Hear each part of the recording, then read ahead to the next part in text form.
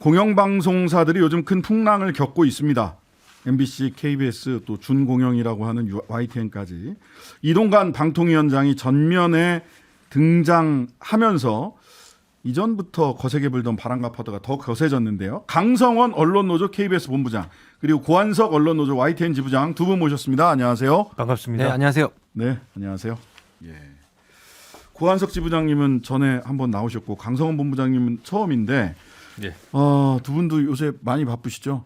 예, 워낙 뭐 지금 엄중한 시기여서요. 예. 예, 오늘도 저 오전에 국회 앞에서 저희 방송법 그 빨리 처리해 달라는 네. 기자회견이 있었고 오늘 또 이게 청취율 1위 프로그램 네. 불러주셔서 너무 감사합니다. 아이고 감사합니다. 예, 그렇게 많이 바쁘시죠? 요새 지금 일괄매각 지금 진행 공고가 이미 났고 진행 중인 거죠, YTN. 네, 오늘 본 공고가 났고요. 그리고 다음 달 23일이면 이제 YTN 최대 주주가 결정이 되고요. 뭐 빠르네. 네, 한 달 안에 하고 이게 최고가를 써낸 기업, 업체, 자본에 이제 YTN을 넘긴다는 거거든요. 네네. 이게 보면 YTN은 보도 전문 채널이고 네. 이게 공적인 영역에 있는 거잖아요. 그러니까 단순히 돈을 많이 내면 이거 YTN을 살 수 있다는 것 자체가 되게 말이 안 되는 거고요. 네네. 정부에서 명확하게 보도 채널은 두 곳뿐이 허용을 해주지 않고 있어요. 강력한 진입 장벽을 갖고 있는 네, YTN이랑 영역이라고요. 연합뉴스 TV. 예. 그거를 자본의 논리에 따라서 시장에 넘긴다? 저희는 부당하다고 그렇게 생각합니다. 자, 오늘 국회 앞에 가셨다고 했는데 예. 그 방송법 때문에 방송법 개정안 국민 뜻을 받들어 통과시키겠다라고 더불어민주당이 얘기를 했는데 예. 김진표 의장이 여야 간의 의견 차가 커서 이번에 상정하지 않겠다. 두 번째죠, 벌써. 맞습니다. 예, 8월에 이어서요. 예. 상정되지 않았습니다. 이거 왜 지금 KBS가 이 부분을 빨리 상정하고 통과시켜야 된다라고 얘기를 하시는 건가요?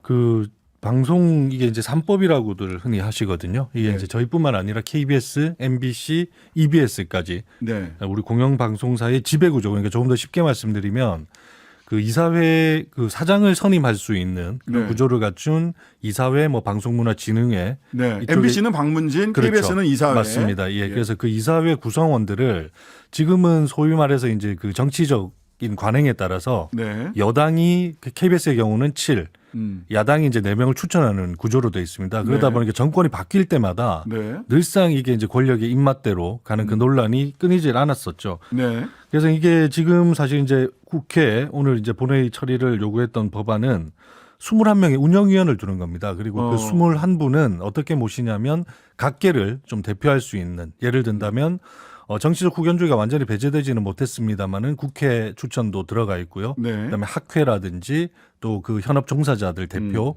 이런 쪽에서 다양한 이제 추천을 받아서 그 21명의 운영위원들이 정치적 후견주의를 최대한 배제한 상태에서 그 이사회가 사장을 선임할 수 있는 그런 구조를 만들면 소위 이제 그 여당이 몇 명 추천하고 야당이 몇 명 추천하고 대통령이 몇 명 추천하고 이걸 이제 정치적 후견주의다라고 예. 사실상 그 양 정당 간의 대리전으로 맞습니다. 이사회가 예. 구성되는 것을 혁파해 보자라고 하는 건데 예. 근데 지금 국민의힘에서는 이렇게 21명으로 운영위원을 늘리는 예. KBS 같은 경우 예.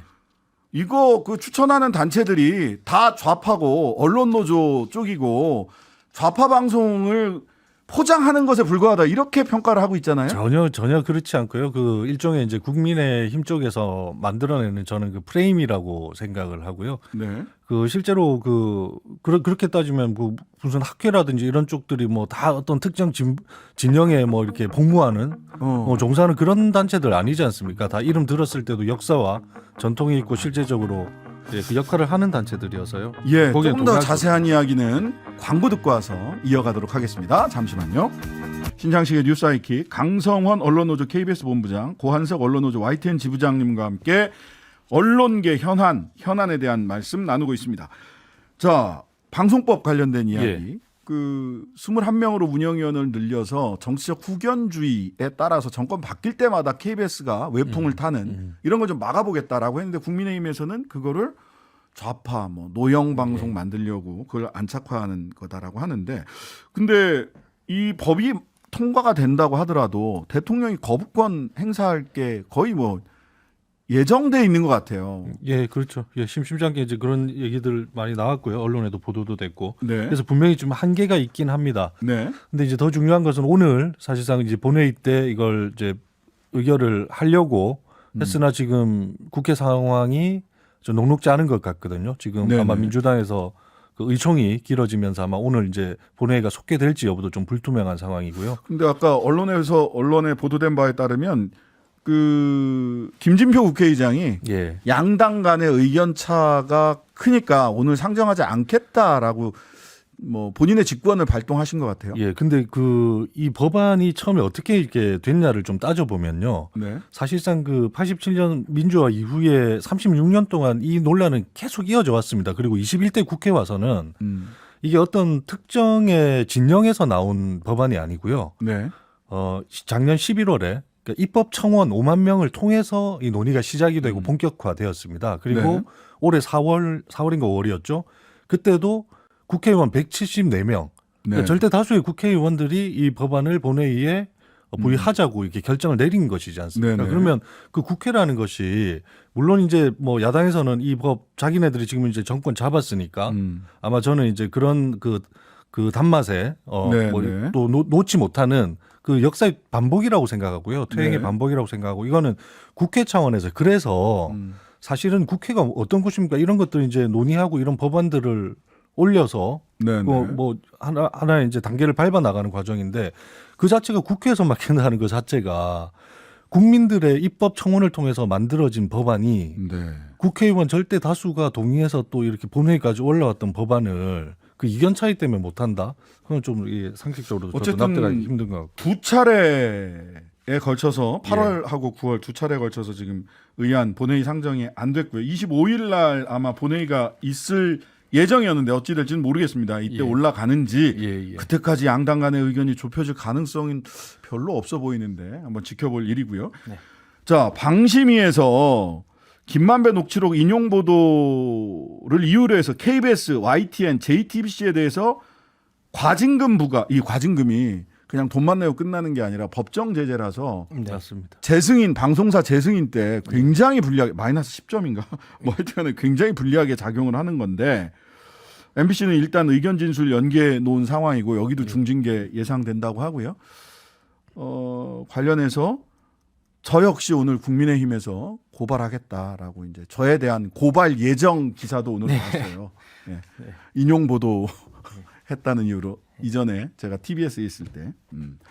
자, 이렇게 지상파 종합편성 채널 보도 전문 채널에 대해서 소위원회 단계에서부터 무더기 중징계 의결한 건 처음인데 YTN 내부에서는 지금 어때요? 분위기 굉장히 어수선할 것 같은데.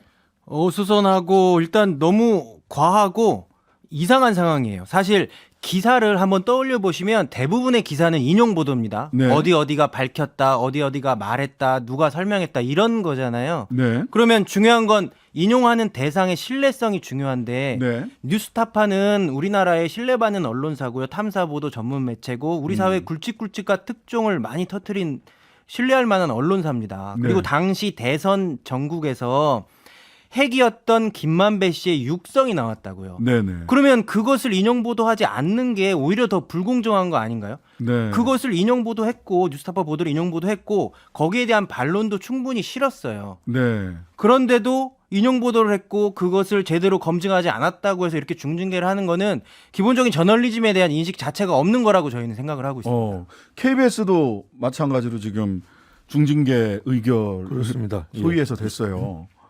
어떻습니까? KBS 내부의 평가. 이게 말이 안 되는 거죠. 받아들일 수 없는 것이고요. 이 KBS 같은 경우에 그 당시에 이제 보도를 보면요. 구성적으로 봤을 때도 네. 그 녹취록을 일단 인용 보도를 하죠. 네. 하면서 그 당시에 이게 정치적인 핫 이슈가 되다 보니까 그 국민의힘의 반박을 또 반론으로 충분히 담습니다. 네. 그리고 또 민주당의 공세 그리고 박영수 특검의 그때 반론까지 네. 구성적으로 볼 때 그 인용 보도의 그 전형적인 공방 형식 네. 그 구조를 가지고 있었고요. 네. 당시에 이제 그 녹취록의 진위 여부라든지 네. 그 신학림 씨의 금품 수수 같은 것들을 인지하기는 사실상 또 힘든 상황이기도 했고요. 그 누가 알고 있었겠습니까? 그럼에도 불구하고 뉴스타파에 저희는 이제 전문 공개라든지 네. 그러니까 마지막까지 최대한 정확한 기사 작성을 위한 노력들이 있었다는 것이죠. 그래서 네. KBS 같은 경우는 심지어 그 해당 보도가 뉴스나인 보도가 이번에 사실 국민의힘 쪽에서 그 고발했던 대상에는 또 빠져 있습니다. 근데 이 방심위에서는 어쨌든 이런 것들을 가지고 지금 제재를 들어오는 게 매우 상당히 불순한 의도를 가지고 의도가 있는 거죠. 예, 언론을 탄압하기 위한 조치라고 밖에는 이해가 안 되는 거죠. 자, 고한석 지부장님. 네. 이동관 방통위원장 사진 잘못 사용한 방송사고 관련해서 경찰이 네. 마포경찰서가 YTN 소속 PD와 그래픽 담당 직원 편집부장에 대한 압수영장 청구했는데 검찰이 일단 반려했어요. 그러니까 이게 얼마나 어처구니 없는 영장 신청이었는지가 그냥 여기서 드러나는 거예요. 자기 본인들끼리도 사인이 안 맞는 모양입니다. 아, 경찰이랑 검찰이랑. 네. 추측하기로는 의심하기로는 경찰이 우리도 이렇게 할 수 있다라는 것을 용산에 보여주기 위해서 이런 거 아닌가 저는 그렇게 생각을 하고요. 네네. 이 관련된 그러니까 그 휴대전화와 거주지까지 압수수색하겠다는 시도였거든요. 그랬죠. 근데 이미 제출 요구도 하지 않았고 YTN은 모든 자료를 제출했을 뿐더러 원한다면 휴대전화와 관련된 기록들도 다 제출하겠다는 의사를 밝혔어요. 네. 근데 그냥 보여주기 식으로 이렇게 우리도 세게 나간다는 식으로 경찰이 압수수색 영장을 신청한 것으로 보고 말이 안 되니까 검찰에서 돌려보는 거겠죠. 자, YTN 이슈 하나 더. 그럼에도 불구하고 네. 이동관 방통위원장은 정통망법상 명예훼손 혐의로 YTN 직원들을 형사고소하고 3억 원 규모의 손배 청구를 했습니다. 이게 심의 규제 기관이 그 심의 규제 대상 직원들에 대해서 민형사상 고소고발과 민사청구, 형사고발과 민사청구를 한다는 것, 이것 자체가 적절한지에 대해서 이게 좀 다른 위치에 있잖아요. 그러니까요. 그 본인에 대한 인사검증 보도인데 그걸 문제 삼는 것이고. 이건 방송사고 말고 이제 예. 인사 검증 보도에 관련된 거죠. 이동관 위원장은 크게 두 건으로 YTN을 고발했어요. 네. 방송사고 관련한 것, 네. 그다음에 그 부인의 인사청탁 의혹 네, 관련된 네, 보도. 네, 네. 이 두 가지를 고발했는데 인사청탁 관련해서는 그 당일날 청문회 당일날 저희가 제보를 받은 거예요. 네. 이동관 위원장 부인은 2천만 원을 받고 다음 날 바로 돌려줬다 이렇게 주장을 하는데 그 돈 받은 사람이 그때 받은 게 아니라고 하잖아요. 그렇죠, 그렇죠. 그러면 그 제보를 받고 보도하지 않아야 합니까 우리가? 그게 오히려 이상한 상황 아닙니까? 전언로서는 네. 언론사로서는. 거기에 근데 그것들이 다 고의적이고 조작된 거고 다 짜고 한 거다라는 거죠. 심지어 방송사고와 인사검증 보도까지 함께 엮었어요. 이렇게 YTN이 흠집내기로 하고 가니까 방송사고도 일부러 한 거 아니냐 이런 식으로 나오는 거죠. 이제는 보통은 명예훼손 사건이나 이런 것들이 저도 뭐 언론중재위원회 어느 뭐 언론사를 또는 소위 명예훼손을 당했다는 피해자를 대리를 해서 가보면 다 증거가 있거든요. 언론사 명예훼손 사건은 보도된 기사가 있으니까. 근데 이제 고의를 입증하기 위해서 핸드폰 보겠다, 집안 수색하겠다, 누구랑 전화 통화했고 누구랑 문자 메시지 주고받았는가, 고의 입증을 위해서 그거 하겠다라고 하는 의사를 언론사에 쫙 밝히고 있는 거 아닌가. 다들 조심해라. 그렇죠. 일종의 저희는 본보기라고 생각을 해요. 이렇게 찍히면 까불면 이렇게 된다 하는 걸 보여주는 거죠. 자, 강성 본부장님, KBS는 예. 두 가지. 네, 하나는 실제로 지금 돈이 그 수신료 분리징수 얘기 나온 다음에 예. 실제로 8월 수신료가 24억 원 감소됐다. 예. 이거 뭐 예상했던 수치를 지금 그나마 믿습니까? 아니면 더 많이 감소된 겁니까? 그 이제 뭐 언론에서 이제 보도가 됐습니다. 아마 그 네. 수치적인 부분은 그 틀린 수치는 아닙니다. 근데 이제 네네. 좀 제가 간단하게 설명을 드리면요. 수신료 재원이 한 6,900억 정도 연간 거치거든요. 네. 그게 KBS의 전체 재원의 한 절반 정도가 조금 안 됩니다. 네. 그럼 월별로 쳤을 때 지난 3년을 돌아보면 월 좀 적게 거칠 때가 한 530억, 네. 그리고 많을 때가 한 570억, 그 레인지 안에 있거든요. 아, 그러니까 이번에는 이제 조금 과하게 잡아둔 부분이 분명히 있었습니다. 거기서 570억에서 한 24억 정도 빠지면 대략 한 550억 정도가 되지 않습니까? 네. 근데 이제 그 정도까지의 실질적인 그 갭이 많이는 나지 않았고 이걸 연간으로 환산했을 때 네. 전체 한 1% 안쪽으로 가능한 거여서 그 수치적으로는 이제 그렇긴 한데 네. 사실 이거보다 이제 더 큰 문제는 10월 이후에 이제 완전한 분리고지 네. 한전과의 이제 협의를 통해서 고지서 자체가 지금은 어찌됐건 간에 적극적으로 고지 의사를 밝히신 분들에게 한해서 이렇게 다른 네, 네. 계좌를 연결시켜주고 하는 거거든요. 네. 근데 10월부터는 완전하게 이제 분리 고지가 이루어졌을 때 네. 실제적으로 이제 그 재원의 타격이라는 거는 이 지금 같은 숫자가 아니겠죠. 예, 그래서 이제 그게 지금 훨씬 더 큰 이제 위험 상황에 놓인 것이고요. 징후로 예. 뭐 해석을 할 수가 있을 것 같고요. 자, 예. 김희철 사장 그 해임됐고 물론 이제 법적 공방이 좀 남아 있겠죠. 예. 해임 무효 소송 뭐 가처분 뚝뚝뚝 나갈 텐데 신임 사장 공모 절차를 시작을 했는데 시민 평가제도 예. 이걸 없앴다면서요. 예, 그게 지금 그 이번 새 사장 선임 절차에서 이제 가장 좀 저 지탄 받아야 될 부분이고요. 네. 오늘부터 사실 이제 공모를 시작했습니다. 25일까지 닷새 동안 후보자를 접수하겠다는 건데 네. 이것도 상당히 이례적으로 지금 짧은 짧죠. 기간이고요. 예. 그리고 이제 그 추석 연휴 직전에 네. 한 3배수 정도를 줄이고 연휴가 끝나는 직후 10월 4일에 최종 후보자를 이제 선출을 하겠다는 거거든요. 네, 네. 그래서 이게 짧아지다 보니까 네. 자칫 이제 뭐 깜깜이 소지를 분명히 지금 남기고 있는 것이고요. 그렇죠. 시민 참여단이라는 것이 두 가지 의미를 지닙니다. 하나는 그 KBS 사장에 적어도 지원해서 되겠다고 하는 자의 그 면면이라든지 철학이라든지 이런 것 물론 청문회가 있긴 합니다만 네. 지원자들에 대해서 그걸 투명하게 이렇게 공개를 할 수 있다는 부분 그리고 그런 것들이 국민들께 그 정확하게 이렇게 전달이 돼서 네. 하는 것과 이게 그런 것들이 감춰지고 이런 또 시민 참여단의 의중이라든지 이런 질문들이 의견들이 이렇게 반영되지 않는 이거는 사실 다 퇴행시킨 거지 않습니까? 보통 예. 이렇게 여럿이 결정하지 못하게 할 때는 소수가 예. 내정된 사람을 탁 이렇게 찍기 위한 거 아니냐 이제 이런 추측들을 많이 하게 되는데 그런 얘기들 좀 왔다 갔다 할 것 그렇죠. 같아요. 그러니까 그런 얘기들이 당연히 나오는 거고요. 이 국민 검증 과정을 이렇게 생략했다는 의도가 어디에 있겠습니까? 그래서 저는 이번 행여 이제 그 새롭게 선임되는 사장이 공영방송을 앞으로 해체하고 언론 탄압을 하는 그런 상황이 벌어진다면 네. 그 책임을 온전히 저는 이번 이사회에 있다고 밖에 볼수 새로 없는 구성된 이사회에 예. 책임이 있을 수밖에 없다. YTN, 네. 한전 KDN하고 한국마사의 최대 주주 합치면 30%가 조금 넘죠. 네네. 이러면 최대 주주가 되는 건데 네.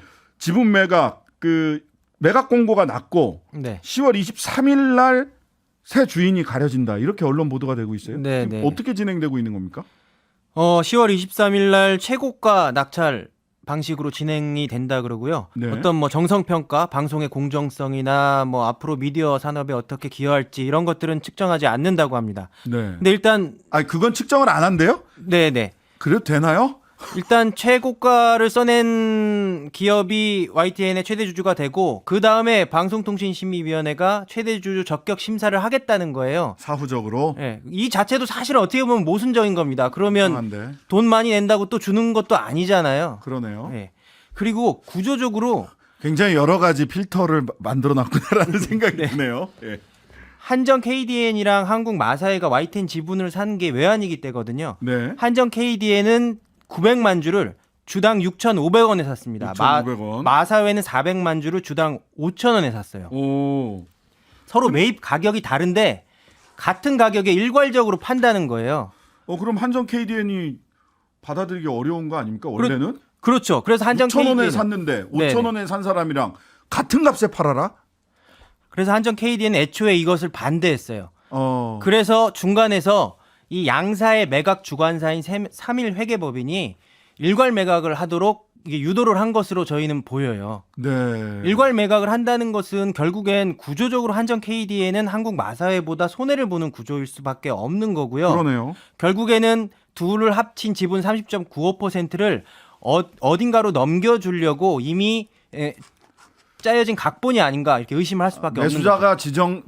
매수자가 정해진 즉 YTN 새 주인이 정해진 짜여진 각본이 아니냐라는 의심을 YTN 내부에서는 하고 있다. 관심 갖는 기업이 여러 어느 언론사들 이렇게 쭉쭉쭉쭉 거론이 됐었거든요. 초기에는. 네, 요즘도 거론되는 데들이 좀 있습니까? 오늘도 이른바 찌라시라고 하는 사설 정보지 같은 곳에 뭐 10여 개 기업들 신문사들이 있는데요. 네.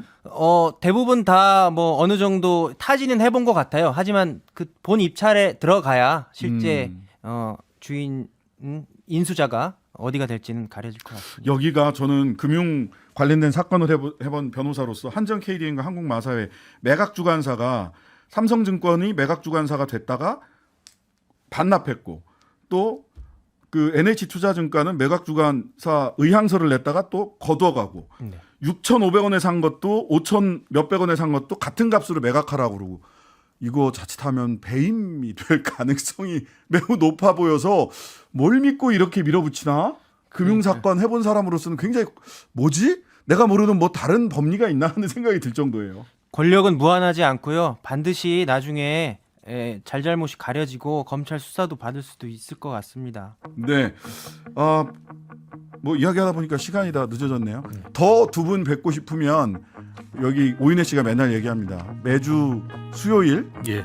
화요일. 매주 화요일입니다. 화요일 네. 저녁 언론 아싸 유튜브를 봐달라고 오윤혜 씨가 매일 이야기하시더라고요. 오늘 말씀은 여기까지 듣겠습니다. 고한석 언론노조 YTN 지부장, 강성원 언론노조 KBS 본부장과 함께했습니다. 감사합니다. 하루 종일 기다려지는 진짜 시사. 평일 저녁 6시 5분 신장식의 뉴스 하이킥.